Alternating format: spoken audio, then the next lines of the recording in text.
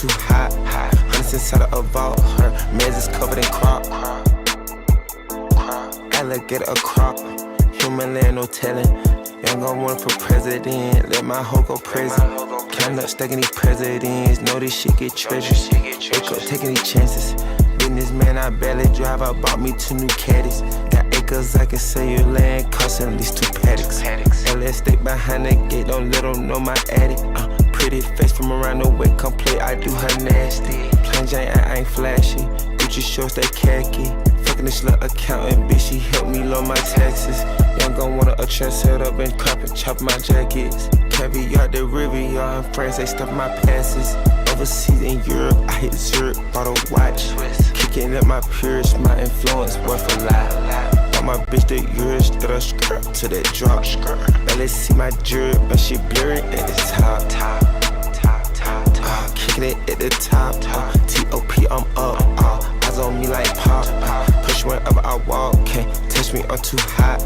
Hunts inside of a vault. Her meds is covered in crop. Rockstar grab my crotch. Rico and high tops. I go in Miami, Kawasaki with 2 thoughts. She fuck with the top. Cashed out, ice me yacht. Burned out niggas chop.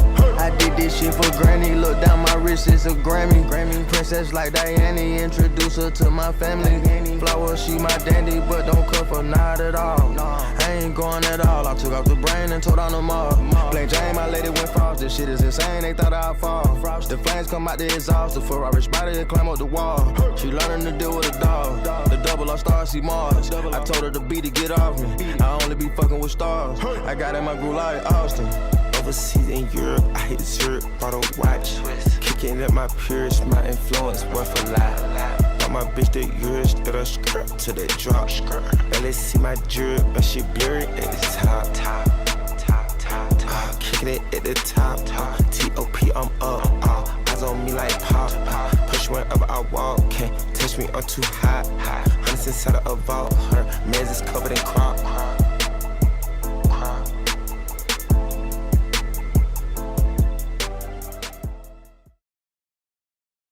Today, we're going to talk about fantasy football waiver wire pickups, MLB winners for tonight, and let's cash a 5th straight squad ride. This is Behind the Lines. Bro, you're doing trick shot home runs from, by the way, a former Ray who couldn't hit shit. Now the Orioles got him. Now he's fucking Barry Bonds. Doing trick shot home runs, Goots, and you can't even get within 10 games of 500, but you can do trick shot home runs. Never seen that before in my life. That's the most Orioles shit I've ever seen.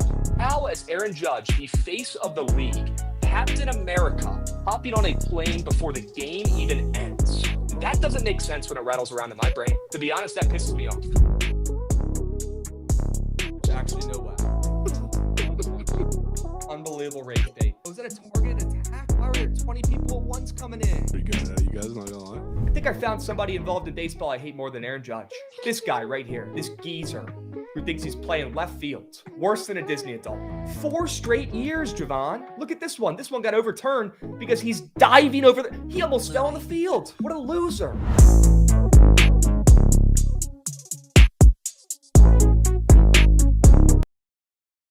What's going on, chat? Happy BTL Tuesday, episode 762 piece. As always, hold the fry, joined by your 2 hosts, Krabs and Jovan, presented by Bookit Sports. If you are not using Bookit, start tracking your bets over there on Bookit today. I actually just logged in my 3 sharp report plays for today, nice and early today, over there on Bookit. Go check it out. Hurry up. Go. Go check out Bookit Sports, the best bet tracking app out there by far on the App Store or Google Play. Jovan, happy Tuesday, my man. Happy Tuesday, Krabs. How we doing? Doing well. Our guy Payday in the chat seems like he's doing pretty well. He says, if I need a representative one day to tell my family I retired them off a parlay, I'm inviting Krabs to do it. Krabs for president. Wow. Wouldn't that be Krabs something? for prez. Wouldn't that be something? Can't be worse than the candidates that typically run. W. Sonny Dutchie. Did we cash the Sonny Dutchie 2-piece birthday lay? Remind me. Did we? We did, right? Because it was Nats. Guards is the greatest play of all time. Guards and Nats. Yeah. That was the greatest 2-piece of all time. Maybe the greatest. Why you didn't I could watch off the that? throne last night. Well, Goots, you're too busy locking in cake. What'd you lock in last night? I had Nats ML. I had Guards first Ooh. 5, just separate, not together. Great bets around these parts. Okay. Yep. I think I was thinking about the Survivor pool. Yeah. That's on me. Well, I'm out of both of those straight too, bets. but we don't need to talk about that. Well, we don't need to go down that path. Anybody in the chat also eliminated from the Bookit Survivor already? Let me know. It's okay. Don't be embarrassed. Show yourselves. We got some subbies coming in here. We got Gabe Rod getting involved. W Gabe. Let's have a day, fellas. Gabe, let's have a day, my man. Why not us? We got a couple first-time chatters getting involved. Y'all, do T even take these bets, huh? I mean, just that wasn't our bet. That was from somebody in chat through the two piece. Dude can't even spell. Get it together before you try and chirp, brother. Let's come a little more prepared. Spell, and we're out here making statements. Unbelievable. Very easy cash. Ryan Hard getting involved. His first time chatter. W. Sade Whiteman getting involved with a 5-unit sub whale. Attaboy. Sade. Attaboy Sade. We got Banana in the chat saying, BTL, my wife and I will be boots on ground for the Lions and the Bears. I'm so excited. What a game that's going to be. Wow. That's going to be a great one. Great one. All right. I do have a mac and cheese at the ready. Unfortunately, we're going to review this puppy in a moment. Got the Chick-fil-A mac fresh off the presses. We'll see how that goes. Looks like shit. So excited to do a mac and cheese review for you guys and your viewing pleasure. Okay, what else? Why don't we go ahead and recap the squad ride? 4 in a row. Great 4 in a play from row. the Krabs. Thank you. I knew after could have been the Nats team total as well. That was the freest bet of all fucking day. Yep, could have also been the guards, which was probably the only one for here, which was good. Crazy play. YouTube chat. Let me hear you scream. What is up? We got John lurking. Good day, gents. Robbie Ray, Weird on Run Square versus Double Goose Egg Gallon. How are we attacking? John, stick with us. We are certainly going to talk about that game. We got Winky Binky, Team Comeback, and Nathan Bieri getting involved in the YouTube. Good to see my YouTube goats holding it down. Okay? Dubs.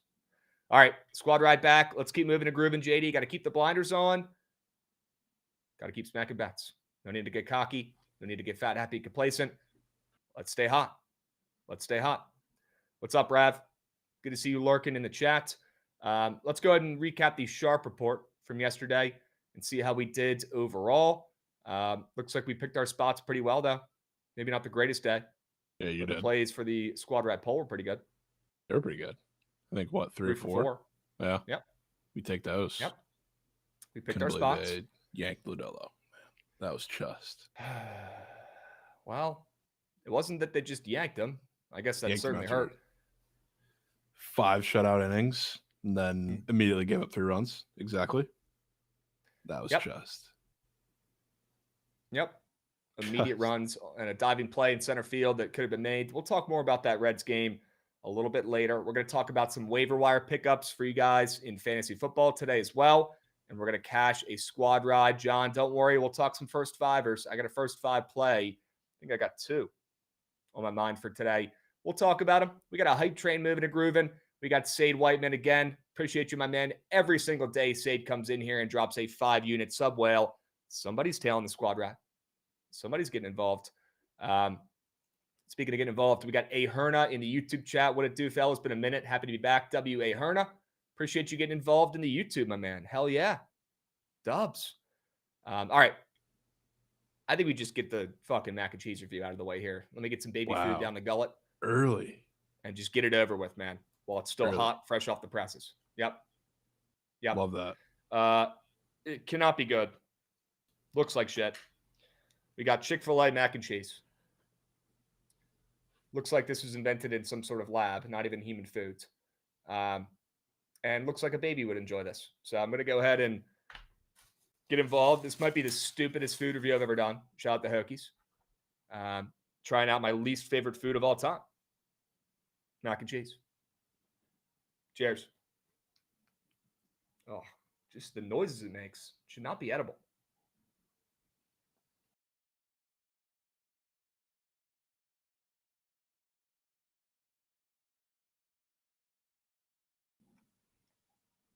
Dude, it's fucking gross.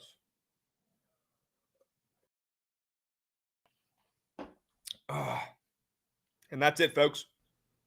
My review, it tastes like shit. It tastes like it's not real food, not even edible. And Yeah, I would never eat that or recommend that to a friend. I give it a 1 out of 10. Noodles and cheese. I just Bad. don't get it. I don't even get it. I feel like I'm having some sort of didn't even weird. count. You got to eat more. Why do I have to eat more? They're saying it doesn't count. I don't know. Take that up. It wasn't a food. It wasn't a food challenge. It was a review. I reviewed it. 1 out of 10. Finish it. One I bite's can't finish crazy. DJ Fitch, one more. Come on. It has an aftertaste. God, Just Of for DJ cheese. Of DJ fucking Fitch. cheese. It's crap. it has some sort of aftertaste that I don't really care for. The noises it makes. Listen, ASMR Those noises- video. Oh my god. those noises should be reserved for something else, not for food. Okay. I'll say. All right. I'll say. There's like burnt parts on it. Cheese. There's like some black spots. It's just.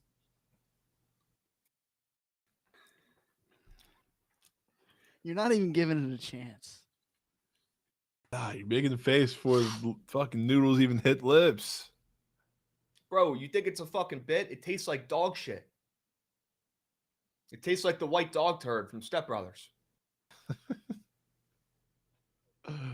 That's unbelievable.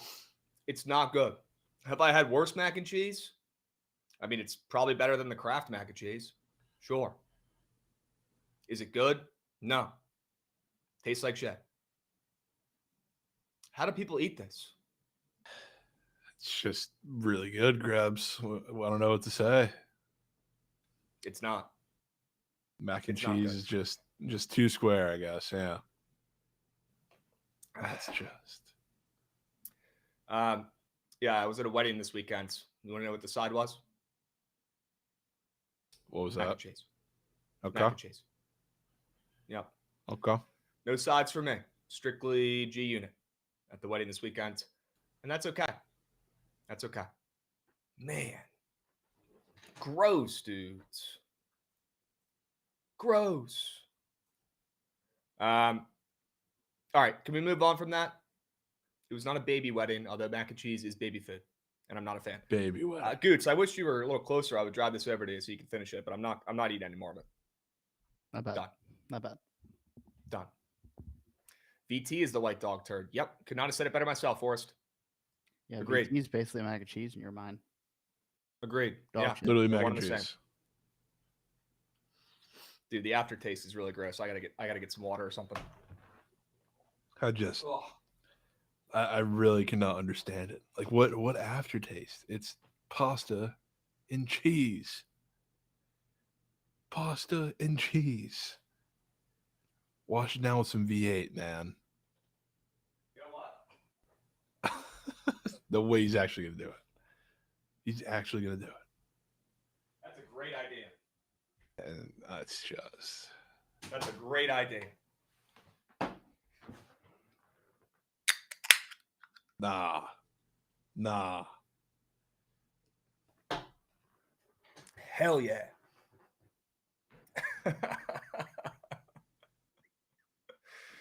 Nah.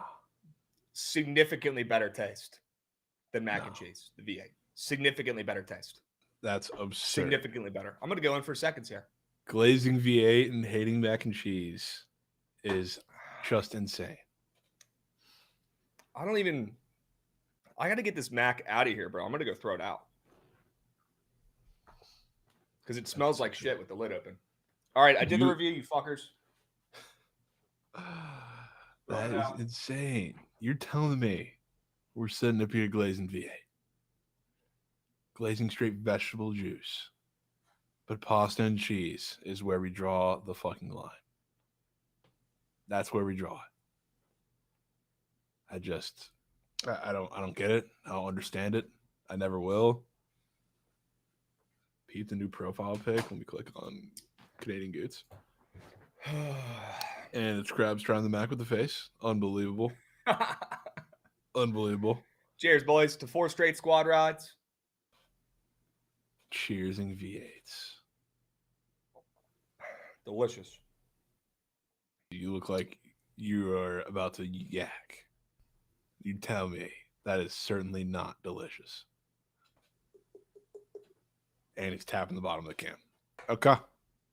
Okay. Yum. Yummy. Nah. Yum. Delicious. Nah, man. 100% vegetable juice. One full serving of veggies. You'd think there'd be more, to be honest. That's absurd. You'd think there'd be more. All right. Can we move on? Valid crab bev.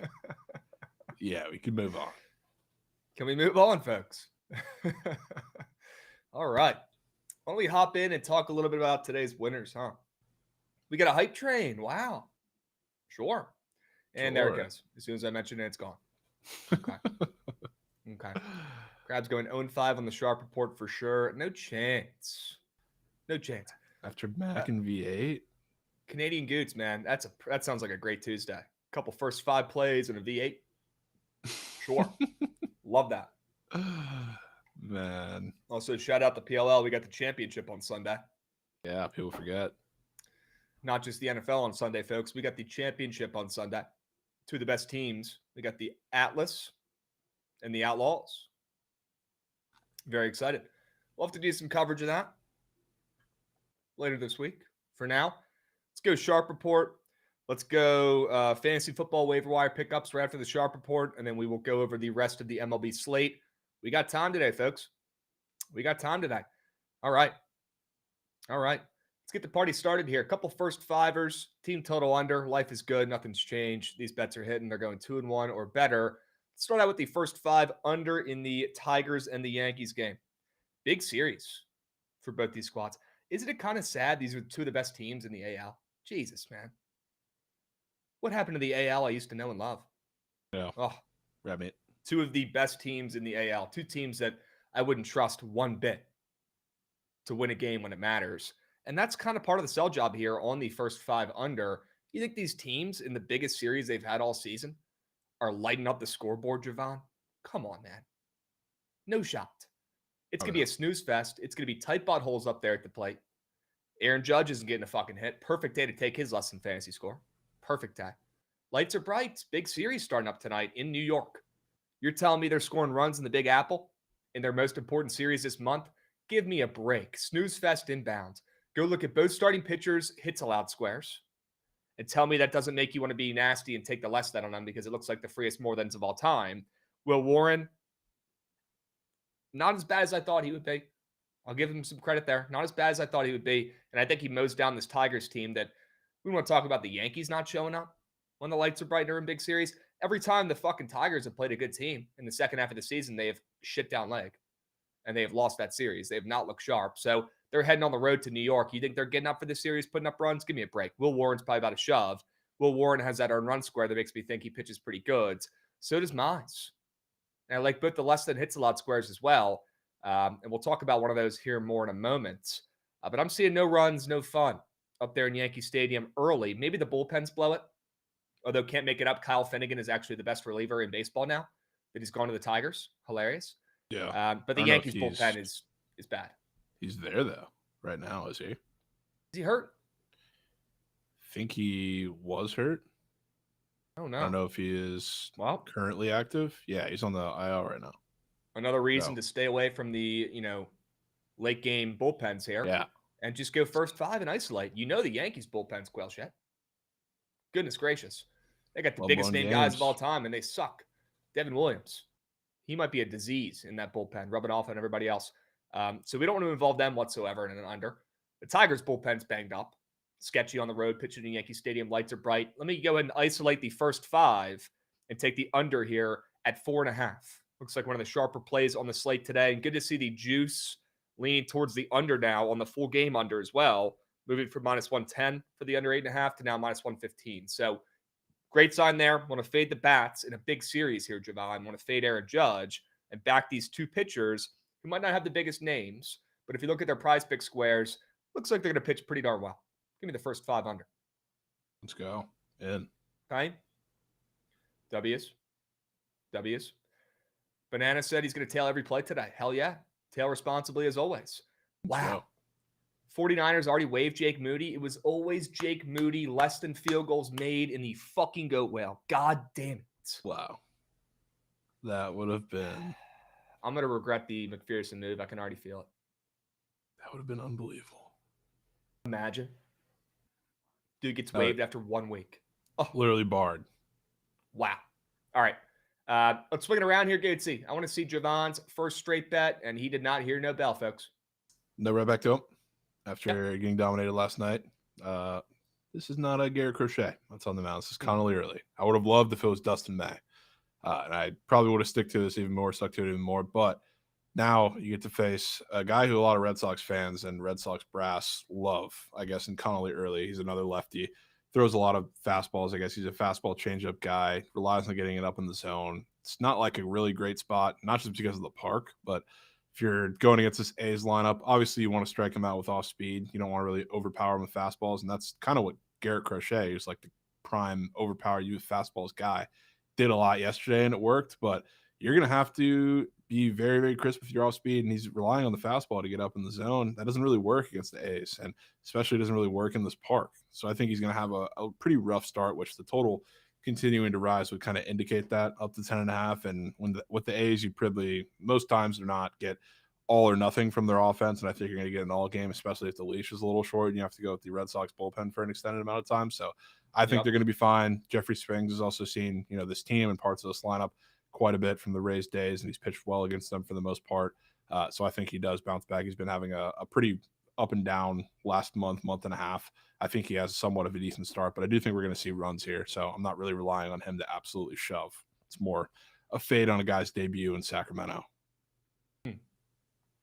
Did not hear no bell, catching 15 cents of steam against Dustin May, who got out to that hot start, but starting to show, or is he even going? The steam is because Dustin May isn't pitching anymore. It's this guy early, right? Yeah. Yeah. Okay. Yeah, and look, coming off that loss last night, Jovan, love going back to it. Most wouldn't. Also, something else to note, doesn't really have to do with your sell job, but Jeffrey Springs, I think every start he's pitched in either gets a win or gets a loss. He's 10-10 this year. That's crazy. How many no decisions has this guy had this season? It has to be less than a handful. He either goes out there and fucking pitches great, gets his team a win, or he goes out there and pretty much loses the game for his team. No in between. So either way, no matter who's on the bump for the Red Sox today, it's good to see the struggling A's back to a pick'em here in this game. And I certainly lean that way with you, Jovan, especially after back-to-back losses. I'm in. Probably going to be favored by the time that game starts, too, I would think. Okay. I mean, yeah, with the random McGee on the bump for Boston, you're probably right. Yeah. You're probably right. Okay. Sure. Swinging around for me, Goots. We'll come back to the other winners there for Jovan. I think I saw a play on the pitch. We'll talk about it. We'll come back to it. For now, let's talk about the team total under for the Padres. Zach Littell has a crazy earned runs allowed square up there, Jovan. And I don't know what it is about Zach Littell, but knock on wood, had some pretty good luck taking this guy on Prize Picks. So we'll talk about Mr. Littell in a moment, but I do think he keeps the Padres off the score sheet, off the scoreboard, at least minimally. And then hopefully the Reds bullpen can close it out. Look, the total in this game is low. It's at 7.5. Somehow the total last night squeaked with a lot of offense. At least it looked like a lot of offense, some highlight plays, some big innings, some base runners for sure. And the game still squeaked under. You know why? Because it's the fucking Petco Park syndrome. Almost every game goes under in this damn park. I don't care who's pitching. I don't care who's playing. It's just how it goes. And the total in this game opened up -120 to the over 7.5, plus 100 to the under. Now we're seeing the under at -105. We're not taking the full game under here, although I certainly lean that way. I just want to isolate and fade the Padres, who are coming off that big win last night. They've won 3 straight games in a row. The Reds have lost 3 of their last 5. The Reds are going to be a hungrier team in this matchup because they're fighting for their playoff lives right now. And after that embarrassing loss last night, they were up, 3-0 in that game? Yeah. Was it 3-0? I think it was. And they blew 3 it. on the 5th, and they pulled Lodolo. Yep. And then pulled our guy Lodolo, cost us, that Prize Pick square, and lost by giving up 4 consecutive runs. I think the Reds come in a little hungry in this game. I think they show up, and I think they keep the Padres relatively off the scoreboard in this one. I love the team total under 4.5 for the Padres. And if you look at some of the sharper books around town, you'll see that the juice is loose on the team total under here, which is a good sign. Hopefully it keeps moving down as well. Fuck the CLV. Good to see some of the sharper books catching some steam for this team total under compared to some of the slower moving books. So let's go and fade the Padres offense after that great comeback last night they might show up a little fat, happy, complacent. Looks like an easy win again for them on the bump today with their guy King back against Littell, who has almost twice as high of an ERA as Michael King. Well, I don't really know what to expect from Michael King, who's coming back from injury once again. Keep him out of this puppy. Let's just back Littell, and we'll talk about him more in a moment here. Team total under 4.5. Sure. I'm in on that. Okay. Dubs. Yeah, the Giants are fighting, man. 3 games back. We'll talk about the Giants here in a moment, folks. For now, swinging around, Goots. We got another straight bet here from Jovan. How about some runs? Runs in the South Side, which even though I guess the Mariners series that was a week ago for the Rays went a little different runs wise than I was expecting. They have this little stretch where they're playing the Mariners and the Guardians in back-to-back series, and the Guardians series was more of what you would expect out of a Rays Guardian series. But the second they got out of these series and went, in this case, on the road to Chicago, I knew I was going to take something run supporting in a lot of these games this series. And it just so happens Adrian Hauser, who was actually really, really good last start against the Mariners, he pitched 7 and he ended up giving up 4, but that was a little deceptive because he had 6 shutout innings and then gave up I think like an RBI single, then a 3-run nuke to J-Rod as the Rays were already up like 6 runs by that point. So he had a really good fucking start, and now he's going back to his old team.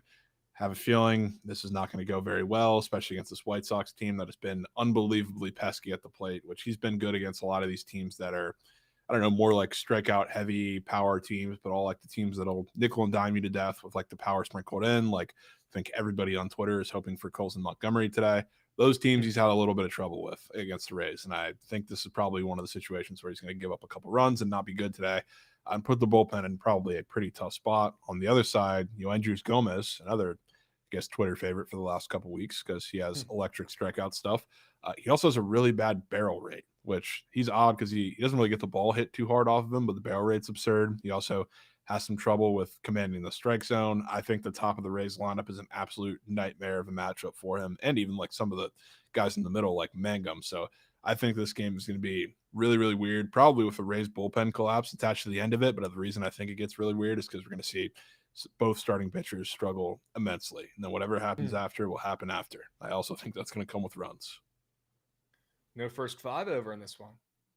No, because I think both bullpens are going to be in tough spots, and this is probably going to have whoever's winning after the first 5, I do not think is probably going to win the game. Unfortunately, that might be the Rays at the short end of the stick. Okay. Yeah, let's back some runs. Let's back some fun in this game today. A little revenge game for Hauser, kind of. He's probably happy at this point. Happy to not be there. Yeah. Okay. Let's hope he gets mucked up here. Over 8.5 in Southside involving your Rays. Cool. We'll come back to that soccer play. That should be a fun sell job to hear. Okay. For now, guys, let's not overthink it in this game. Giants are playing decent ball, hanging around. Nobody's talking about it. Maybe Buster Posey is working his magic. I don't know. All I know is Robbie Ray shoves damn near every time he pitches, besides his last 2 starts. Might be the first back-to-back bad starts for Robbie Ray this entire season. The guy's been fucking nails otherwise and still has a 3.3 ERA. Pretty crazy, 10-6 on the year. Robbie Ray, great season. Great comeback year for the Giants this season. It's time to start leaning into that. And then you got Gallen on the other side.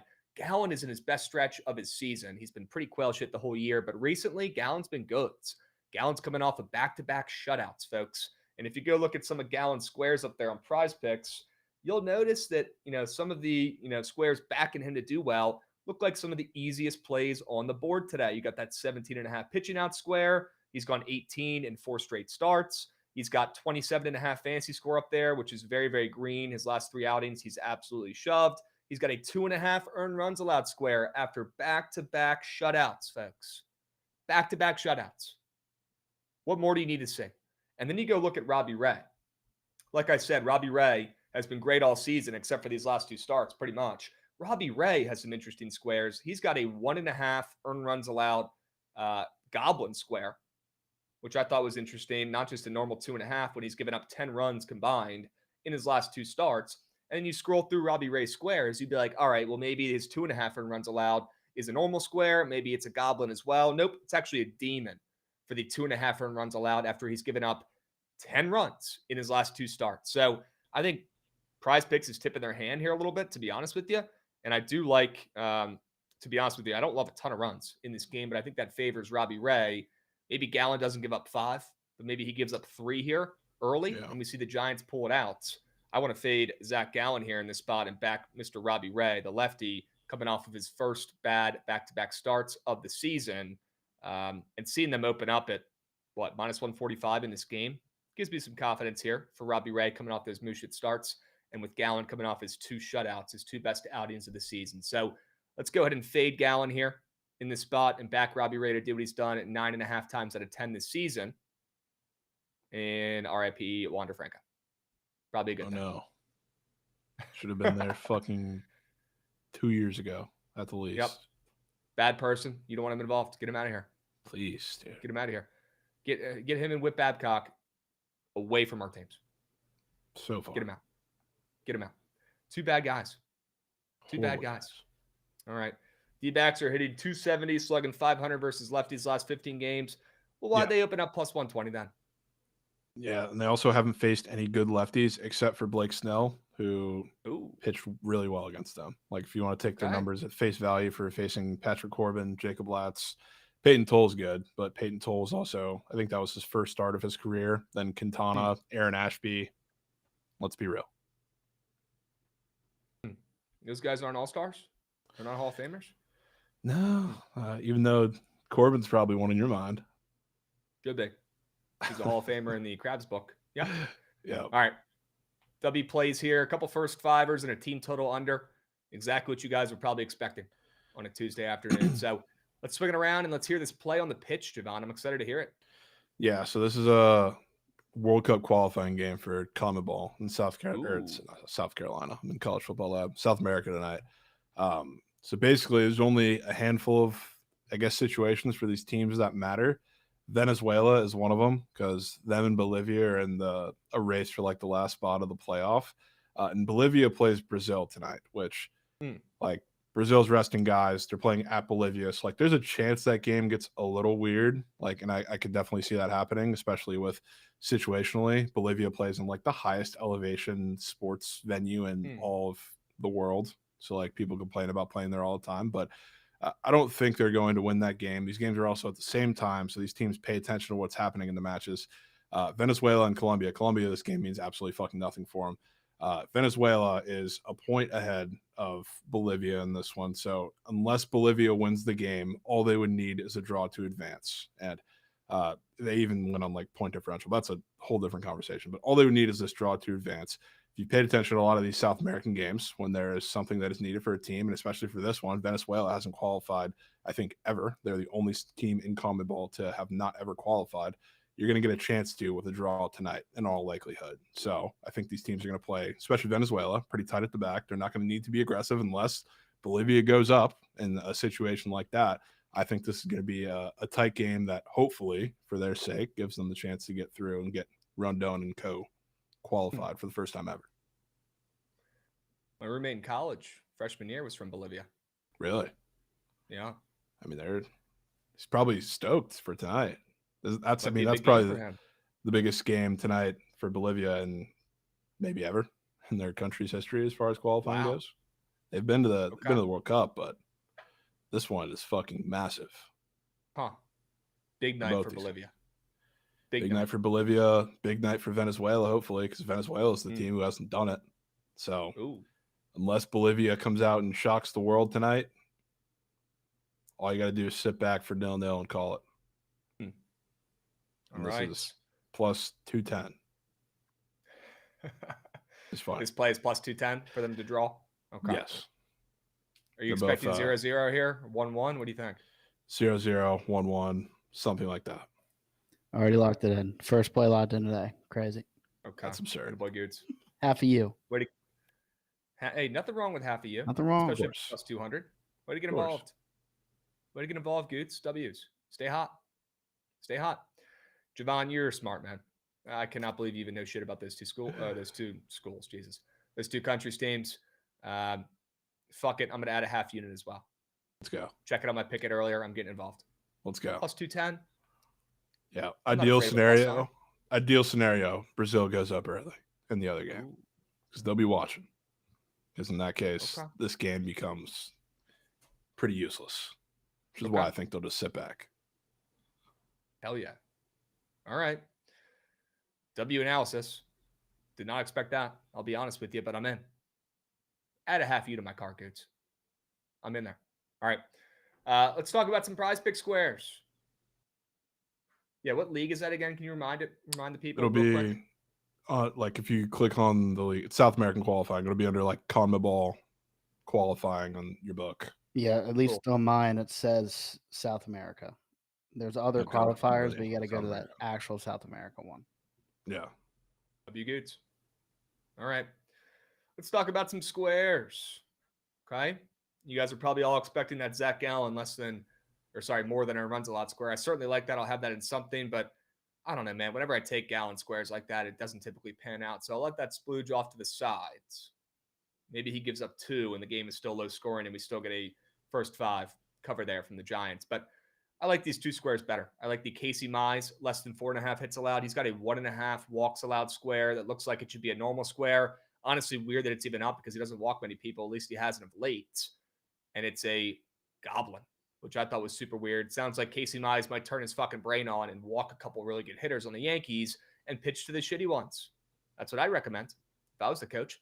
That's how you beat the Yankees. You pitch around Aaron Judge, you pitch around Stanton, and you go after the rest of that quail shit lineup. Maybe pitch around Ben Rice. Also, side note, the Yankees were cheating the other night, and I will not stand for that. Yeah, that is just I got swept. Zero integrity. Cheaters. They're cheaters up there in New York, but they just got caught, so maybe they will refrain from cheating. I mean, you got kids looking up to Aaron Judge. You got kids eating mac and cheese and looking up to Aaron Judge wearing 99 jerseys, and he's out there cheating in front of 40,000 people. What kind of example are you trying to set? What a scumbag! Put him right in that group with Whit Babcock and Wander Franco. 3 bad guys. 3 bad guys. I don't know if you can go in Mize, that. I don't know if you can go in that bucket, but he's just as bad as those other 2. Just as bad. Just as bad. The Wander comparison might be a stretch. Well, we could debate that later. 3 bad guys. That I know. Casey Mize, he's going to go out there and shove. He might walk a guy or 2, but he's going to pitch pretty fucking good in a very low-scoring affair when the lights are too bright for the offenses for both these teams, not just the Yankees, but the Tigers as well. You guys think they're scoring runs when people are actually watching and paying attention to their fucking game? Guys, these 2 teams are choke artists. When the lights are bright, they play like dog shit. Let's just hope there's no fucking errors out there in the field to kick the first 5 under, because you know how the defenses play as well when the lights are bright. Casey Mize, he's going less than his 4.5 hits allowed. If he has any sort of problems whatsoever, it's going to be walking 2 guys. It's not going to be giving up hits. Pitch around the studs. There's only 2 of them. Go after the rest of the weak links in that lineup, and you'll have success. That is the game plan. Okay, Casey Mize, minus 115 both ways for his 4.5 hits allowed. If you go look at the chart, it's been pretty up or down. Pretty up or down for him. And then Zach Littell, I simply cannot refuse backing him to go out there and shove. And for some reason, knock on wood, I've had really good luck backing Zach Littell in the big 2-5. Let's hope he can squeak out one more W square here. Take his less than 2.5 run runs allowed in a game that I love the Padres team total under in. He's going to go out there and shove. If this gets fucked up at all, the team total under, it'll be because the Reds bullpen blows it, not because of Mr. Zach Littell, who, by the way, is juiced to the under on the books against one of the better offenses in baseball, the Padres, who just scored 4 unanswered runs last night to take, that comeback win. Thought that was pretty weird, seeing the juice loose on the under on the books for Mr. Zach Littell. For him to give up less than 2.5 runs allowed, I need to lean into that. And if you go look at the chart for this square, Jovan, unfortunately for your guy Littell, former Rays legend, very green. He's been pitching like shit of late. So maybe a pitcher's park in a game that I expect limited runs could be good for old man Littell. Old man Littell, I'm in. Yep. All right. Swinging around for me, Goots. I'm going to lock in this sharp report 4-man while Jovan gives his sell jobs. Bangaliers. Had to take somebody in Sacramento, and really comes between both of the righties, Brent Rooker and Langoliers. You're probably getting something from one of them today. Yep. Rooker, whenever he makes the most sense, I guess he just falls flat on his face, and all of Twitter probably agree.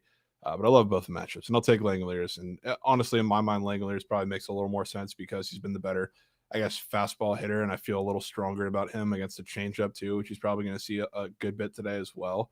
But he's also, I mean, just a hotter hitter at this point. Guy's been seeing absolute beach balls. It feels like for the last handful of months, he's not as hot as he once was. Like probably a month ago, he was on that absolute tear. But I like his matchup today a lot, and I think he's going to be one of the main reasons DA's offense gets going. So I'm on him. Then also on Yandy to score today. I think Yandy is, depending on what they do with the lineup today, I don't know exactly what they're going to do, but regardless, there's going to be some really good matchups behind him, whichever way you spin it. I also do think one of the reasons that Yoendrys Gomez has been allowing louder contact to lefties, a little softer to righties. One of the reasons he does that is because he dots the fastball on the outside part of the plate to righties. Can't do that against Yandy. That doesn't fucking matter because he will shoot it the opposite way 10 times out of 10. And I think he'll be on base a lot tonight. And if he's on base, well, again, don't know exactly who's going to be behind him, but it's between maybe you put Junior back there like they've done more times than not. Maybe you have Brandon Lau behind him. Maybe you also have like known good Risp hitter and guy who's been heating up recently. Jake Mangum is probably going to be lurking somewhere behind with Risp. So like what they're going to do on offense today. I think Yandy's going to be on base plenty. And when he has this run square up, knock on wood, it's gone pretty well for him. Okay. All right. Yandy is the opposite of a me guy up there at the dish. If he gets an outside pitch, he will certainly just fling that puppy to the opposite field, which I love watching Yandy hit, man. Yeah, I really do. Let's just hope somebody can drive him in, and he has not scored in 4 straight games. So I'm in, and I just locked in this Sharp Report format as well on Prize Picks, and I put it in the Twitch chat if you want to get involved. There it is. There it is. All right. Shea Langoliers one. I trust. Goat. All right. Dubs, quick question here from the YouTube that I don't want to let get swept. He wants to know, Brandon Smith, he wants to know why not A's first 5 in that A's and Red Sox game. You got any thoughts there? I mean, the Red Sox bullpen doesn't really scare me all that much, especially if you're in a spot where they're going to be a little overexposed, because I don't know what the leash looks like today as far as starting pitching goes. Obviously, they're not in a bad spot in terms of rest after yesterday, obviously, because Crochet, I think, ended up going 7. But if you have the longer relief guys going a little earlier, like some of those runs could trickle in a little past the 5th inning, depending on who comes out when. So I didn't want to just limit it to that. Okay. W reasoning. I'm with you. All right. We got Ramble coming in, resubbing for 31 months. W Ramble boys. Appreciate you guys. We Ramble. Yeah, 31 months. Wow. Seasoned veterans. You guys are goated. Appreciate the resub. Thank you guys. All right. Let's see if we can get a second hype train up and moving today. That'd be something. All right. W Sharp Reports. You want to talk about some fantasy football waiver wire pickups? I feel like the people are starving. They've been asking me all fucking morning and all last night in the DMs on the feed. Can we get some fantasy football waiver wire talk? I got a couple guys I'd recommend picking up. You down, Jovan, to talk about it a little bit here? Yeah, slim pickings this week. Yeah, and if you're like me and you're a no RB type of guy, although in some leagues I did pick up a couple, but I'm in a couple leagues where I have Eckler and ETN as my 2 starting running backs, so that's something. You're certainly not super hype looking at the waiver wire options here for RB, so it's limited over there. We'll talk about some of the other positions. We'll do QB, RB, wide receiver, tight ends, and some defense, special teams talk here. Don't worry, guys. We got you covered. And there were some big injuries in week 1. Kittle got hurt. Everybody's looking for a tight end now. We got a lot of decent wide receiver options as well. Let's start out with QBs, though, Jovan. And a guy who I think goes off. And I guess to give some background here, I'm a big week-to-week guy, right? I am all for just, if you guys watch the fantasy football pods, you probably are hip where I just stack, the best wide receivers I possibly can, maybe mixing a good tight end, maybe mixing one good RB in there, and pretty much just pick up QBs and tight ends late and figure it out, because there's always, so many options, especially this season at both those positions. And I'm a big matchup based fantasy player. So I don't care about having a guy all season typically, unless it's a wide receiver. I usually just stack those skill positions there. And then I try to pick up, a QB who's playing a shit defense, or a QB who's going to be in a high scoring game, looking at the totals that are now out, and go week to week. So let's start out with some QB talk. The number 1 QB I'd want to pick up this week is a guy who's taken in 39% of leagues, who's available in over 60% of leagues, a guy who I started in, I think, 1 league in week 1, and I will certainly be starting him again. It's your guy T-Law. I didn't hear no bell. Look, it wasn't the greatest of performances from T-Law in week 1. And he threw a pick as well, I believe. But I like him in this game. Jovan, let me tell you why. They're down 2 points in the spread from 5.5 to 3.5 against the Bengals. The Bengals defense honestly looked pretty good, but again, it was the Browns. And Flacco was making some moves out there. If we're being honest, they should have scored more if their kicker had a fucking brain.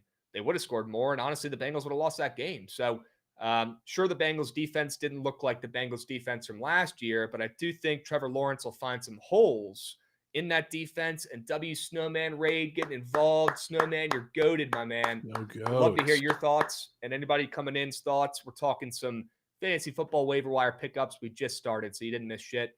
The first guy I'm bringing up here is Trevor Lawrence, who I think has a pretty darn good day in one of the highest moving totals as well. This total is up to 49.5 now. Jeesh. So it looks like Vegas is expecting a shootout in this game, which is huge. This is the perfect spot to pick up a QB in. And obviously, Joe Burrow is not going to be available. Even though he's coming off a shit week, he's going to be taken in every single league. Go T-Law in what should be a high-scoring game. They'll probably be playing from behind at times, but I like them to keep up, and I like them to eviscerate that Bengals secondary.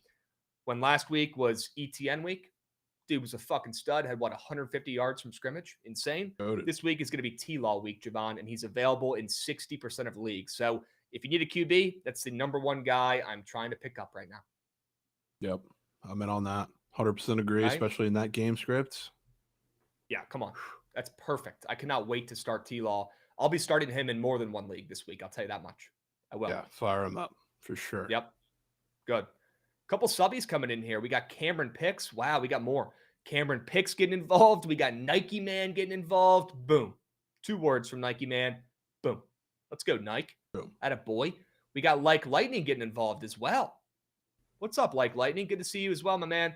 George Kittle to the IR for me. Who should I grab? Fan and Strange, Hunter Henry, Juwan Johnson, Kyle Pitts, Leaning Johnson with 99% snap share and 11 targets. Seems to be Rattler's guy. He likes to target. Stick with us, Like Lightning. We're going to talk about a couple of those guys, and we'll get you right when we get to the tight end section here. For now, let's finish up some QBs. We also got Sumo Nasty getting involved, dropping a resub as well for 42 months. Wow. Goat. Wow. Attaboy. Attaboy. Yep, Adam, stick with them. I know it wasn't the greatest of week 1s, but I do think Trevor Lawrence splooges in week 2, and Jovan sounds pretty excited about that as well. So all in for T-Law in week 2. Jovan, I got a couple other dudes. I won't spend as much time talking about these dudes, but honestly, I kind of want Gooch's thoughts on this one. How about Joe Flacco against the Ravens? I know it's crazy. He's only available in 97% of leagues. Yeah. But Goots, you saw that defense, respectfully. Damn right. Yeah, I did.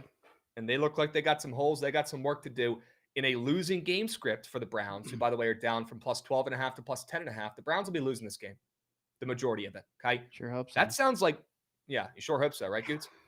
That kind of sounds like maybe Joe Flacco 300 yards. Yeah. Demon. I mean, he had a good week passing, like 290, I think. Jovan was on the square. I mean, you could see some regression there, but still, like, he's going to be slinging the rock. They're going to be losing. The game's not going to be low scoring. The total's moving up from 44.5 to 45.5. Jovan, thoughts on Joe Flacco? I'll be honest. I started him last week in our league, in the Bookit League. Did not help me get a win. I lost to Preston. I'll be honest. But I started him last week. I saw your little yard square up on the meat sheet. I leaned into it. He did his job.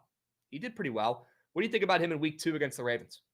Yeah, I'm kind of in. I think you're probably going to see maybe a little less yardage and the Ravens defense be a little bit better. But sure, even so, I think you'll probably see a little touchdown regression and like a positive game script, of course, because they're big underdogs. And I don't think they're going to be able to run the ball all that well against the Ravens, even though, the Bills did at times. So he's going to be slinging fucking rock. And obviously he's back in Baltimore. So what a better narrative, I guess, to put in the lineup. I don't disagree with that at all. I mean, come on. Feels meant to be. Joe Flacco against his former team, where he won a Super Bowl, Baltimore Ravens. Yep. Got one more guy for you, Jovan. How about Geno Smith playing on Monday Night Football? We've seen a lot of points on these primetime games. Let's hope it continues for this take. Geno playing on turf. For some reason, Geno on turf is better than Jared Goff on turf. Check the data. The dude is fucking him. And he's got a matchup against the Chargers, who might be a little fat, happy, and complacent, Jovan. coming off that big-time win in Brazil against the Chiefs. The total in this game is up from 44.5 to 46.5, and I'm seeing some points in what should be a losing game script as well for the Raiders. If not, it should be at least a high-scoring game. And look, I like what I saw out of Geno in week 1. He balled out. He had over 300 yards. Looked great. And I'm not a Geno guy. I'm not. I want to make that perfectly clear. But this is another matchup. I'm seeing points. They're probably going to be losing at times. And Geno, let's just hope he has Brock Bowers out there for him. If not, he'll figure it out. Matthew Mayer will be a pretty good, stream pick as well. If Brock Bowers is out in this one, you'll see Mayer get involved in the offense heavily in what should be a pretty pass-heavy game script for Geno Smith, who's actually available in 91% of leagues. If you need a guy, and T-Law's not there, if you don't want to go Flacco against his former team, give Geno Smith a look. Yep, 100%. And I got one for you, Krabs. Which, please. First of all, I guess side note, because I do still see him in some of my leagues. If CJ Stroud's available in your leagues, pick him up. Ooh. Pick him up and start him. Bucks Monday night. We'll talk about that, I'm sure, come Monday, but heavily considering Texans as survivor picks. But regardless of that, this week, or I guess last week, who was one of the more popular underdogs of the week, Krabs, and didn't put up a touchdown? Texans? No. Well, I guess not, because you just mentioned them. Yeah, not the Texans, but the Giants. Yeah. And you know where the Giants go this week, Krabs? Cowboys. To Dallas after a pitiful performance where there's even rumblings. I know it's probably not true, but it's all over the feed that fucking Daboll's going requesting for Dart to be the starting quarterback. Don't forget, as much as I would love to pound my chest for that weird weather delay under that we got in Philly and Dallas, don't forget what we thought the Cowboys defense was going to be before this year. And sure as hell, don't forget what we saw in the first half of that game. And just when you count Russell Wilson out, just when you don't think he's going to do anything in this offense, I think this is exactly where you get a couple moon balls for him, which, like, truthfully, one of the reasons I think the Cowboys defense kind of settled in was not just the weather delay in the second half, but it's the fact that the Eagles offense was very short base. Jalen Hurts was not pushing the ball downfield very much. He did once and it worked. Other than that, there was not really much you could do there. If you're Russell Wilson in this offense, they did this a little bit, tried to do it against the Commanders, couldn't really do it at a consistent level. I think now you're going to get Russ in just a fuck it game script. So if you're really in desperate need, I would go Russell Wilson. Zero pressure on him in this game. I think this is where you see points. This is where you see touchdowns. And I think the Giants might fuck around and make that game really, really weird. Yep. I think that's an over game. And I'll be honest, there's too much shitting on Russ and the Giants offense and not enough credit being given to the Commanders defense that looked fucking great. I know it's 1 week. Okay. But nobody was open. The D-line pressure was great. I mean, Daron Payne in a contract year might be Aaron Donald. I'll say it. Might be Aaron Donald. He looked fucking great. He was mucking it up every goddamn down. The Commanders' D-line, their defense looked great. Famous Amos, our corner that we just drafted as well in the second round. Amos looked fucking great too. Russ had nowhere to throw the rock. If you watch that game, you would understand, or at least if you have a brain, you'd understand that it was not really Russ, fucking up or the Giants looking like shit. It was the Commanders' defense was everywhere. It was an elite performance. It really was. Against a team that typically plays us pretty well. So, I love that take from you, Russ. I would put CJ Stroud on this list again, but I like to keep it to guys who are owned in less than 50% of leagues, and he's still owned in 60% of leagues. Yeah, that's why I didn't give him option though. A full mention, because he's definitely not option. Available on waiver wires at all, or in all leagues. But yeah, Russ is probably my favorite this week. Okay. What about running backs? Man, it's slim pickings.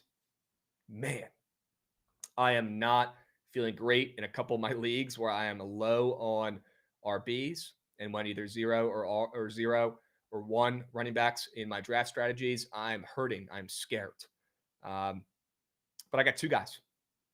Number 1, Trey Benson. This is more of a long-term play. But if anybody watched that Cardinals game, Benson looked pretty good. He put on some weight this offseason as well. I'm a James Conner guy because he's a blue-collar dude, and he's never gets talked about. He's underrated still. I understand why, but the guy's been great for damn near a decade at this point. But a little bit worried about the usage in week 1 for the Cards. It's pretty clear they want to get Trey Benson involved this season. Last year, the last 2 years, that was not the case. It was feed the bell cow James Conner. This year in week 1, it was way more split than I initially expected here. And Benson looked pretty good. He had one big run as well. And this is more of a long-term play because, hate to bank on an injury, but if James Conner gets hurt, Trey Benson is going to be a great guy to have on your bench stashed. So if you have space, stash Trey Benson. He's available in 61% of leagues right now. That's more of a long-term play. I liked what I saw out of Trey Benson, and I am not a Trey Benson guy, but I think I was wrong. He might be him. Stash him on your bench if you can. And then Dylan Sampson on Cleveland. Not a great game script here for Dylan Sampson, but maybe he gets another crazy target share. He had 8 targets in week 1, Jovan, Dylan Sampson. Yeah. If they're losing again to the Ravens in this game, you might see some more dink and dunks coming in week 2 as well. That's why I like Dylan Sampson. When everybody's talking about picking up Judkins, I want Dylan Sampson on the squad. It's going to take Judkins a couple weeks to get his feet under him, learn the offense. And I don't think he's going to be getting reps this weekend, if we're even being honest. But if he does, I still like Dylan Sampson better. If you need an RB for this week, Dylan Sampson is only taken in 32% of leagues. He's available in, 60-ish% of leagues, 65% of leagues. Pick up Dylan Sampson if you need an RB bad this week and just pray he gets, 8 targets once again against the Ravens defense. It looks like they need some work. Yeah, I probably wouldn't bank on that again. I know that they're I guess, pretty slim pickings as far as running backs go, but Dylan Sampson is the popular one I would probably be very against, to be honest. Wow.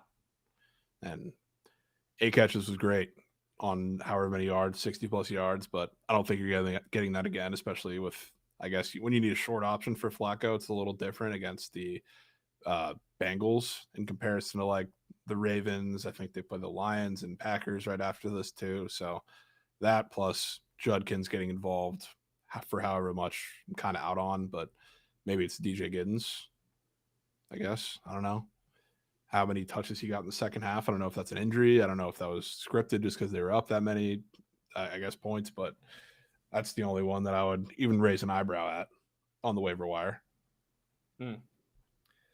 Okay. Jovan out on Sampson, in on Giddens. Yeah, Giddens got fed in the second half of that game.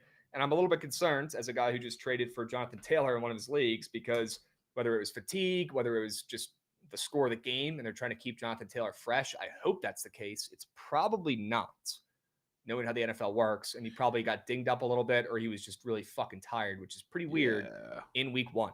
It was weird. It was like, it would be one thing if he got, I don't know, just decreased touches, but it was the whole drives. So, like, that's obviously they're up 20-plus points, like, at the time. So, like, that's the only saving grace. Is that the only saving grace is that the game script made sense to rest him and be super conservative. But the fact they needed to do that week 1 is just a tad concerning. Just a tad. So we'll see how it plays out. Is available in 98% of leagues. Maybe worth a stash, like that Trey Benson angle, right? Maybe not. Although there could be some injury worries here already for Jonathan Taylor, so probably even a better case to pick up. Realistically, nobody on the waiver wire right now for running backs is like there's no floor for immediate production. It's like you're just taking a shot where you can get it. Yep. Other than Bone said Krabs. Sorry. I was gonna say, like, the only guy that I think is like in real line for increased work that is on the waiver wire is probably your guy too. Music to my fucking ears. What is his ownership in normal leagues? I have him in my dynasty. Let's see. Yeah, he's only available in, he's available in 60% of leagues. He's only taken 42% of leagues. So maybe that's another guy to scoop and stash. Maybe you pick up Tootin, who should just get more carries off the rip. He only got like 3, I think, in week 1. But yeah, they just traded Tank Bigsby to the Eagles, which is fucking weird. The Eagles just love trades. Love them. They love trading for shitty players. For running back, dude. I just don't get it, man. I don't get it. Trade for a fucking corner. That's what you need. They got burnt toast in that defensive backfield. No, they'll just rely on Jalen Hurts to throw the ball 5 yards down the field every play. That should work every game, right? Yeah, that should work. Okay. I'm adding Tootin to the list here. Love that from you. Talk about a blue-collar lunch pail guy. Bye, Shaw Tootin. All right. Any other RBs you want to talk about here? Not much. Okay. Not much going on there. Thoughts on Eckler? Haybone saying, Jesus, he's already fucking hurt. He probably got hurt on that crazy third down conversion. He had like a 20-yard catch and broke like 4 tackles. Vintage Eckler. Eckler might be my favorite commander. I'll say it. He's got so much fucking heart and grit. But the guy has glass bones. He's already hurt again. Might be Bill season. Might be Bill season. Look, it was only week 1. I know we made some jokes about the Bill hype being too much. And I agree with you, Jovan. But, I mean, you want to talk about passing the eye test? Bill looked good. Bill looked really good. And he'll probably be getting more carries. Eckler's going to have to rely on catches, which he'll certainly get. Because if you guys haven't noticed in the last, year plus 1 game, I mean, JD5 loves checking it down to Eckler. And he seems to always be open and breaking a tackle. So I like both guys. I'd still try to keep Bill and Eckler on your fantasy teams. And right now, I'm probably out on McNichols and C-Rod. If you have them, keep them. Okay?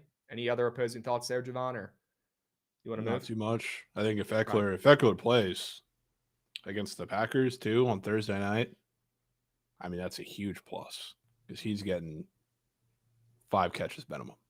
Okay. That's music to my ears as a guy who needs to start him in a couple leagues. So, all right. All in on Eckler if he plays on a short week, knock on wood.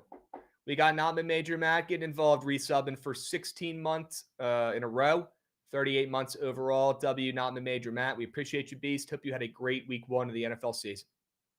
Okay. Is Jaden Blue just out till someone gets hurt? I don't know what they're thinking about doing with Jaden Blue. I'll be honest. I don't know. He's not good running the football. There's a reason why he was not given damn near any carries in training camp. He is Brashard Smith. Him and Brashard Smith are the same thing. They are great third down pass catching backs, but there is not room for them because they're not good enough in the run game. I disagree a little bit. I'd keep Blue on your bench if you can. I'm trying to in one of my leagues, and I think he will potentially play and start for me at least once or twice towards the end of the season here. Yeah, I'm not Javonte gets hurt, but of course. Yeah, of course, try to keep him on your bench if you can. I would, but that's concerning to hear from Jovan there. Okay, all right. Any other RBs, or do you want to move to the wide receiver room where there's way more options to talk about? Wide receivers could be huge. Okay, Kayshon Boutte. I want him. He was a stud last week. Hilarious. I traded Boutte and I traded Cortland Sutton for Jonathan Taylor, and I look like a bozo after 1 week. I'll tell you right now, it's probably not going to last, but a guy I'd certainly want to pick up and stash would be Kayshon Boutte on the Patriots, who had a great week 1. We cannot forget Kayshon Boutte led LSU in receiving with guys like Justin Jefferson and Malik Neighbors on the team. Crazy. Boutte was him. He's just kind of a scumbag. So I think Boutte's going to be a problem week to week. Not a guy you can start every single week, but he showed he's getting some targets. And we might have been a little bit too high on Kyle Williams. I know it was only 1 week. Okay, don't want to overreact too much, but Boutte played so well. He has to be scooped. Like, I have Williams in one of my leagues, Jovan, and I'm dropping Williams for Boutte. Don't do that. I'm doing it. Especially this week. Do not do that.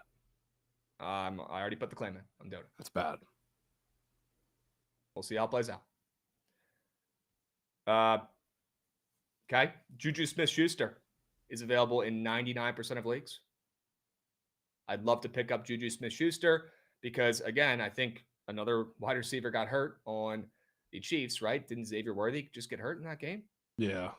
Dislocated his shoulder, I think the official diagnosis was. I would assume so, yeah. Yeah, Dougie Fresh. I didn't mean Jay Jettas, and I didn't say Chase. It's Malik Neighbors, and who's the other stud wide receiver? Brian Thomas. BTJ. Excuse me. Brian Thomas. So he actually led that team in receiving against those 2 guys who are obviously way better in the league right now. But we cannot forget about Boutte, who's had some sketchy off-the-field stuff, but I like the guy. I misspoke there with Jay Jettis, though. That was way before, but I never said Chase. Dougie Too Fresh. Check the tapes.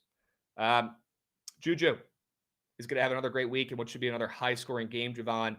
I mean, he might be wide receiver 1 in this game, and he had a pretty good week 1 as well against the Eagles, who have a terrible secondary. You just mentioned they should be trading for quarterbacks, not running backs. I think the Chiefs put up a big old number in this game. We're seeing the juice flip on the total from minus 115 towards the under 46.5 to now I'm seeing minus 115, minus 120s for the over 46.5. I think this might be a square over game. And I think the Chiefs might be playing from behind at times. That tells me Juju's going to go off once again. I'd pick him up, and he's available in 99% of leagues. Scoop him. I'm in. Surely in on that, especially the next couple weeks. I would assume Worthy's probably going to be out. Minimum 2. Week. I'm not a doctor, but probably at least keeping him on the shelf for a week or 2. Yep. This might be not a great stash for later on in the season when their guys return from injury or suspensions, scumbags, but a really good pickup for week 2 in Juju. 100%. If you want a guy I like full season stash, you know where to go in New England. Yeah. Josh Palmer. He's available in 87% of leagues. Josh Palmer. I liked what I saw to him in week 1. First game, playing with his new QB, Josh Allen, and what's going to be a very high-powered offense, obviously. Can we expect, 40-plus points every week? No, but the total in that game against the Jets is up, which I certainly didn't expect. Maybe it's because we just saw a 40-piece from the Bills, but total's up from 44.5 to 46 in this game, and the spread's down, which I did not expect, from 8.5 to 6.5. Maybe Vegas likes what they saw from the offense there for Justin Fields, even though they lost that game to the Steelers in that weird revenge game. Anyways, I think this will be a closer game than people expect, and I think Josh Palmer could be a decent guy to scoop, not just for this next weekend, but for the future. Obviously, Keon Coleman's the guy. Giovanni had a great call on him. He looked really good in week 1. He was getting fed. He's clearly the wide receiver 1.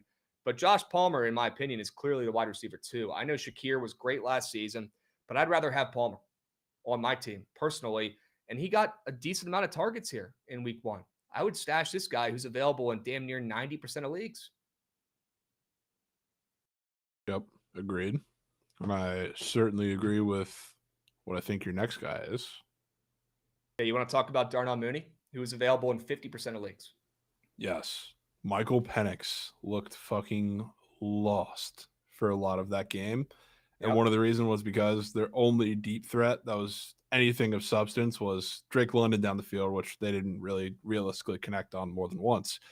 The other side of the field, the only sliver of like getting beat downfield they had all game was Kadarius Hodge on the last drive, which was pretty close to being a touchdown. Great play by Antoine Winfield, by the way. But other than that, there was no threat downfield other than Drake London the entirety of the game, which I'm sure is why the Bucks, which are very typically Todd Bowles just sits back and plays man and then blitzes the house.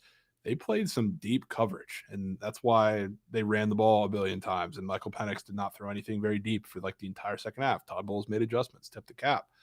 When Darnell Mooney comes back, he's going to be fed like ma. So if that's this week, cool. If you have room to spare, just in case he doesn't come back this week, do it. Because he's about to be getting deep bomb after deep bomb. Yep. And look, you might see Drake London out for a week. Who knows? Who knows? Right? If that's the case, they might have to rush Mooney back in that lineup, and he might be a factor in week 2. Yeah, we'll find out. Yep. One more guy, Keenan Allen. Keenan Allen, who's also available in 50% of leagues. I mean, everybody's talking about your guy, Quentin Johnson, right? TCU alum. Why are they not talking about Keenan Allen? Yeah, Keenan's getting fed. Keenan was back like he never left the Chargers back in prime midseason form when they were winning almost the entire game. He still got absolutely fed. He almost got 10 targets, and nobody's talking about it whatsoever. Why are people done with Keenan? Are they hurt from drafting him last year on the Bears and he played like shit? Maybe.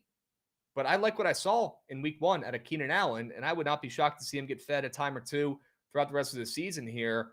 With a team who has a very high-powered offense, it's going to be passing the ball more than people expected, at least more than I expected, and they're going to be in a lot of high-scoring games. On Monday Night Football, totals up 2 points in that game to 46.5 against the Raiders. I think the Raiders hang around in that game. They might even win. And that tells me Keenan Allen could be in for another W game script here. He's available in half the leagues. If you guys need a wide receiver, more of a big-name guy, if Mooney or Keenan Allen are available, both those guys are available in 50% of leagues. Could be some bigger name dudes to target if you don't want to go with the, sketchier guys in Juju, Josh Palmer, and Booty, who are available in a lot of leagues. So Keenan Allen, do not sleep on the old vet. He looked really fucking good. Yep. I guess while we're talking Chargers, honorable mention, I'm sure his roster percentage is going to go down after this week. Don't be fooled. Najee Harris is about to be getting fed once again. Wow. They're easing him in, and they said there's going to be an increased workload week 2. Amari and Hampton looked terrible, incredibly inefficient, just like all ACC running backs for the most part look. So don't be fooled. By the time we get to week 3, week 4, it's going to be more Najee than Hampton. Looks like you have him in our league. I have him in our league. I think that's the only one I was able to get him in. But we'll see after this week. He's available in 55% of leagues. I just added him to the list. Don't sleep on Najee. He might be a dumbass and might be blowing up fireworks in his face in the offseason, but he's going to be eased back into this offense, and he's going to be helping out and being a part of it more than people think. Yes. Right? And if you think Hampton looked good in chat on 15 carries with 48 yards, he also missed a lot of pass protection assignments, which got Herbert into trouble. You think teams don't care about that, especially Jim Harbaugh doesn't care about that. You're going to learn. Yeah. Not a great debut for Amari and Hampton, who could end up being okay down the line, but I agree with you. The hype is a little bit too much. Too much. And maybe Najee's more of a sleeper pick, the old veteran, especially in the blocking scenarios there where he's much, much better. Okay. Much better. Okay. Let's talk some tight ends. I've been screaming this the last 2 years. Nobody cares. Nobody listens. I think I'm biased. Zach Ertz is a decent tight end guy in fantasy. Last year, he was great, underrated, off to a great start in week 1. And he had a bad drop for another 20-yard fucking pass, which pissed me off. And I'm sure it pissed JD5 off even more. But we know the connection between JD5 and Zach Ertz is very strong. Zach Ertz did not hear no bell. He's got one more season in him here. He's made it very clear. He came back for one reason and one reason only, and that's to play another year with JD5. I mean, the chemistry is elite. He's one of his favorite, if not his favorite, red zone targets. He really is. And while Terry still gets eased back into this offense, it's going to be the Zach Ertz show, especially in the red zone, once again. And he's available in 60% of leagues. Don't sleep on Zach Ertz. And what could be another losing game script here for the Commanders, and what could be another high-scoring game with that total up to 48.5 against the Packers on Thursday. Would not be surprised to see old man Ertz getting up and moving, snagging another touchdown, and certainly getting more yards than he had in week 1. Last week, he got saved by the tutty. That's what saved his fantasy score. But do not sleep on Zach Ertz, who's one of the more consistent options in fantasy football at the tight end position and still available in over 50% of leagues. Yep. Super in on that. Side note, Ben Sinnott is atrocious. And he's going to get himself really cut because he really, can't block. really bad. Really bad, Krabs. Again, another reason why Kansas State is just a joke. Do they not teach blocking at Kansas State? They don't have the tight ends block down there because that guy can't block to save his life. I remember they were talking about when he was coming out of the draft, and even like when he was still there, he was like one of the only tight ends they've had that could not really block all that well, which is why they used him in 2 tight end sets a lot and slung him out wide more than like any Kansas State tight end like ever. Yep. So yeah, it's a little problem. A little bit of a problem. Yeah. I'm going to shout out my guy, John Bates, who's the best blocking tight end in the NFL, by the way. John fucking. He's unbelievable. Talk about blue collar, hard working. Dude will not have a catch all fucking year. He doesn't give a shit. He's there to block. He loves blocking. What a beast. Yep. Way better than Ben Sinnott. Okay. Way better. Chat's asking, are you starting Zach Ertz over Mark Andrews? I still believe in Mark Andrews, but man, it's getting tough. It's getting tougher and tougher every week. So that's a tough question for me. This week in what should be relatively high-scoring games for both teams, at least in the Baltimore game, I'm expecting an over in that game once again. I probably still would go Mark Andrews, but I wouldn't be shocked to see Zach Ertz. Zach Ertz probably has a higher floor, and Mark Andrews has a higher ceiling, I would say. Okay. What are your thoughts there, Jovan and Goots? It's not time to cut Mark Andrews. It's 1 week. Calm down. Nobody said to cut him, Goots. They asked if you should Someone start said Zach Ertz. time to cut Andrews, Goots, from Phil Sotley. Question mark, though. Question mark. Yeah, Goots a little on edge after the Ravens week 1 performance. Can you blame him? No. Well, I'll hear. I got a tight end for you, Krabs, while we're talking about it. I don't know if this is it's not. I'm not going to say I don't know. It's not the best matchup for him, but just be on the lookout, whether it's this week or the next. I was waiting to see what his snap share would be after the first couple weeks, because the first 2 weeks really bad matchups for him, including obviously this one in week 2. But AJ Barner played 85% of snaps, Krabs, against the Niners week 1, which everybody was talking about what Elijah Arroyo was going to do. There's a lot of hype on him being the next rookie stud to come out, and obviously week 1 doesn't tell all, but to me that felt pretty indicative of who they feel is the guy moving forward. And he was one of the deep sleepers at the start of the year. So tough matchup this week against the Steelers. Don't be surprised if he gets going a little bit as a target in this offense, but it's coming very, very soon. The explosion.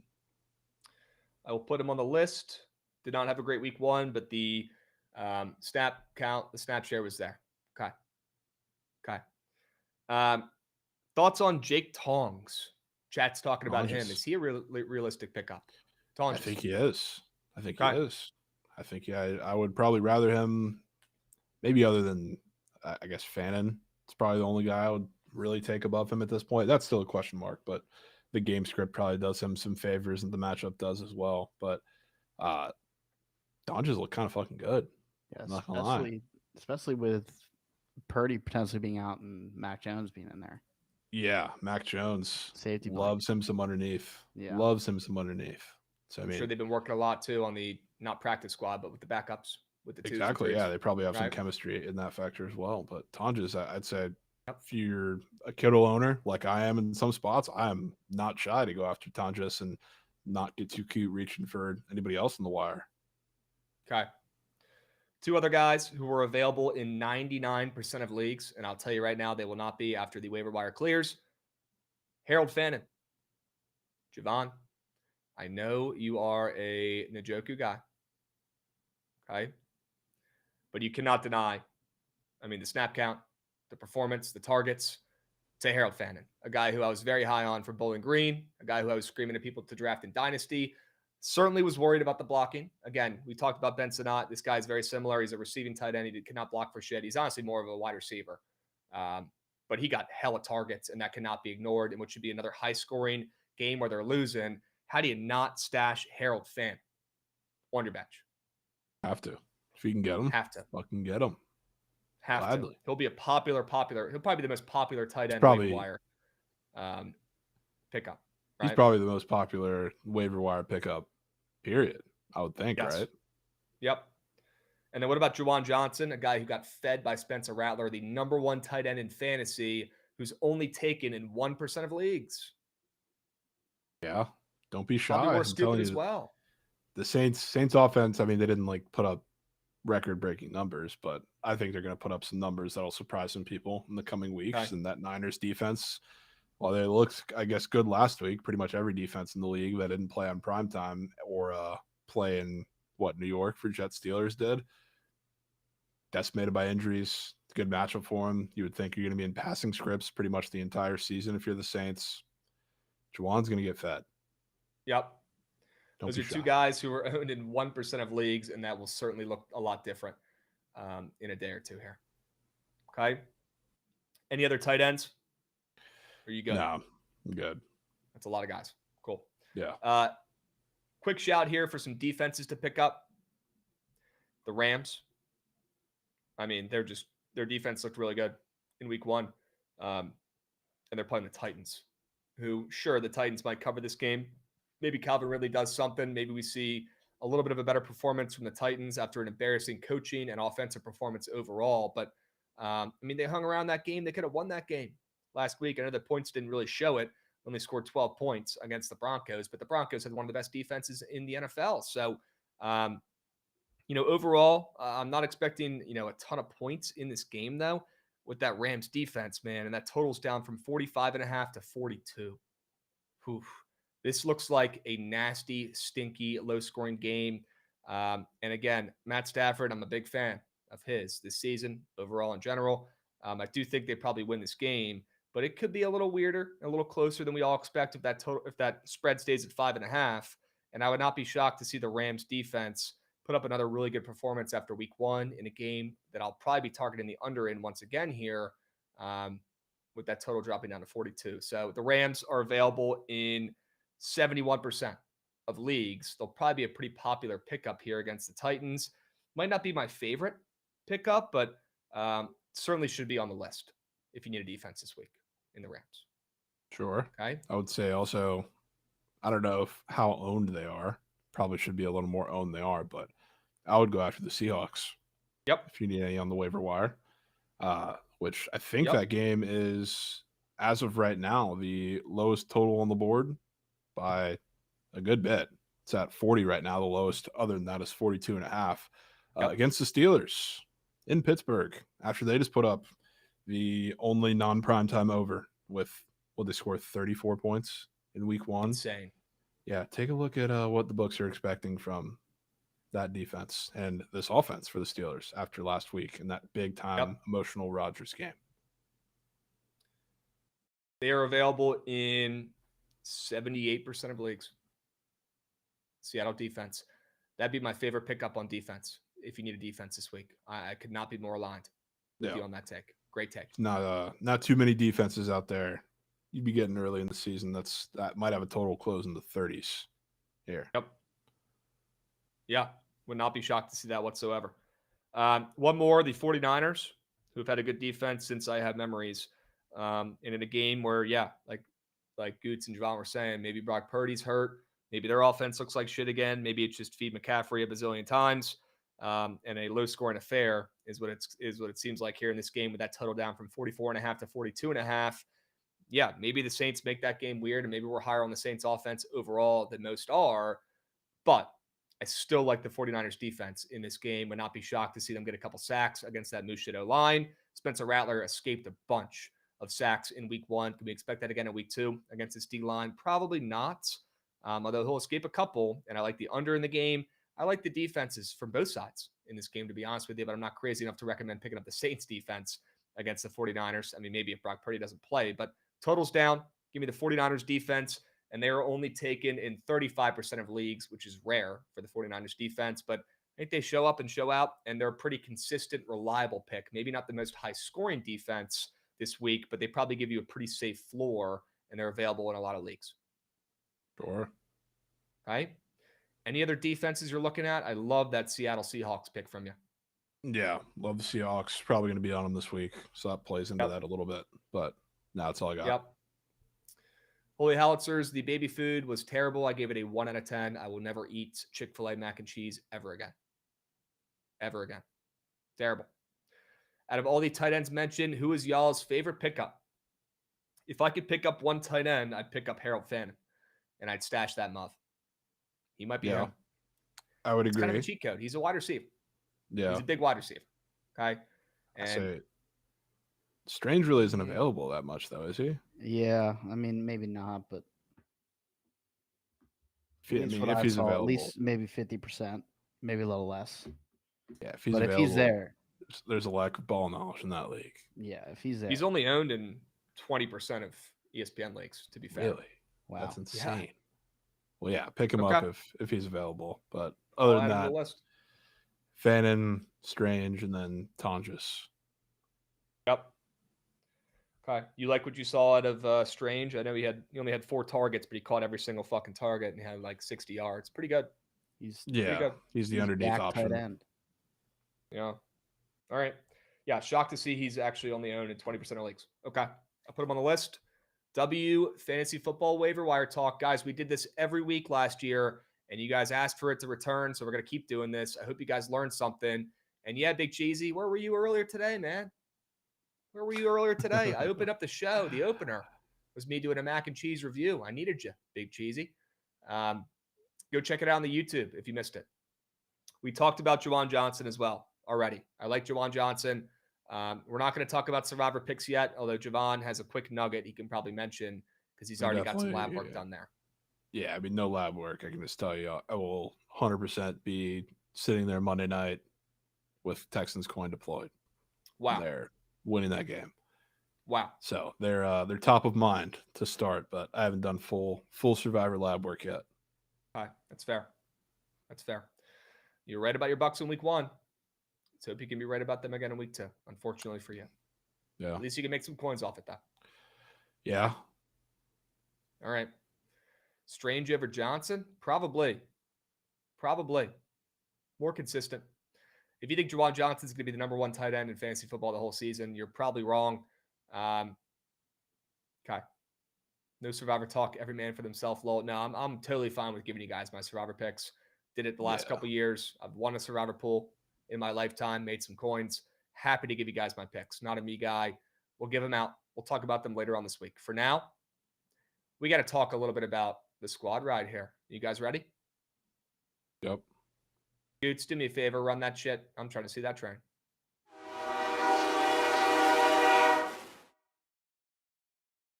All right, guys. Knock on wood.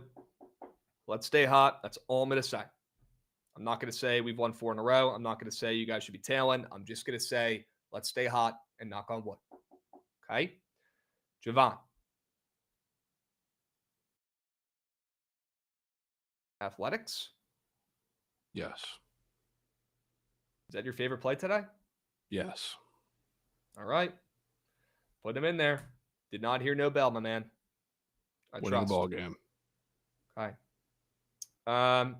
Man, I am in a tough spot here. I really like all 3 of my plays kind of equally. So I might need your assistance here. Okay. My gut is telling me Padres team total under. Yeah. That's what my gut is telling me looking at your plays too. I feel like that's just cookie cutter. It's what's been working. Should we go quality over quantity today? 2 plays, 2 winners? What else do you have up there? I got Giants first 5 -0.5, which based off of prize picks, that's probably the best option. Looking at the weird squares for the starting pitchers, but do we want to get hurt by Zach Gallen? Right. Is the real question there. So we've typically kept Zach Gallen off to the side this season. I do like the Giants, and they're playing decent ball right now. But yeah, what are your thoughts there? I'm with you. I don't want to fade him. I'm not dying to do it. I think that game is probably a lot closer to 1-0 than anything else. So I wouldn't be too mad at leaving the first 5 out. What about that Tigers-Yankees first 5 under, fading Judge and fading both offenses when the lights are bright? Playoff atmosphere type game. I will say I can't stand betting on Casey Mize. I can't stand it. I'm already doing it with the 4-man, so I will leave opinions out of that. All right. Let's go 2 plays, 2 winners, 2 minutes. 2 plays, 2 winners, 2 minutes. Hurry up, go, go, go. Go, go, go. Hurry up, go, go, go. Go, go, go. Get involved. Yes, UB Bulls, we like Juwan Johnson. I think we probably just take Brenton Strange over him a little bit. But again, I think those are 2 solid options to pick up if you need a tight end in the Big 2-5. Okay? Get involved, guys. 2 plays, 2 winners. If you're looking for the poll, if you're confused, you are probably watching on YouTube, and that's okay. But we need you guys to migrate over like some fucking cattle and make your way to the Twitch page at Bookit Sports and get your vote in, please. Okay? Jovan, thoughts on Jalen Waddle in week 2? Waiting on Seagon's news. I am hoping he's good to go. If Christian Gonzalez is good to go, there might not be many better Waddle spots than this week. I think they're going to be airing it out this week, and assuming he's fully healthy and not dinged up any further himself, Tyreek on Seagon's would be beautiful. Yep. Sade, you probably got to start Igbokwe every week, my man. Straight up. Yeah, until further notice. Godwin's back. Yep. It's got to be Igbokwe. I mean, what a fucking guy. He called his shot, too. It's like Babe Ruth calling his home run. He said, I'm going to score a touchdown here, win this game to Mike Evans. Mike Evans goes, shut the fuck up, rookie. Next thing you know, touchdown. Crazy throw from Baker, too. On both of his touchdowns. He's a winner.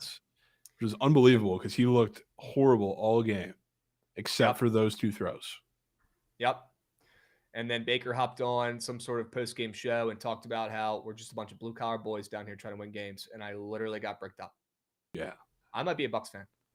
I mean, it's unreal. I can't believe, obviously, I thought they were going to win the game. But the fact they looked like that, I don't know if I've seen Baker with a worse game in a Bucs uniform or most of the offense with a worse game in 2 years.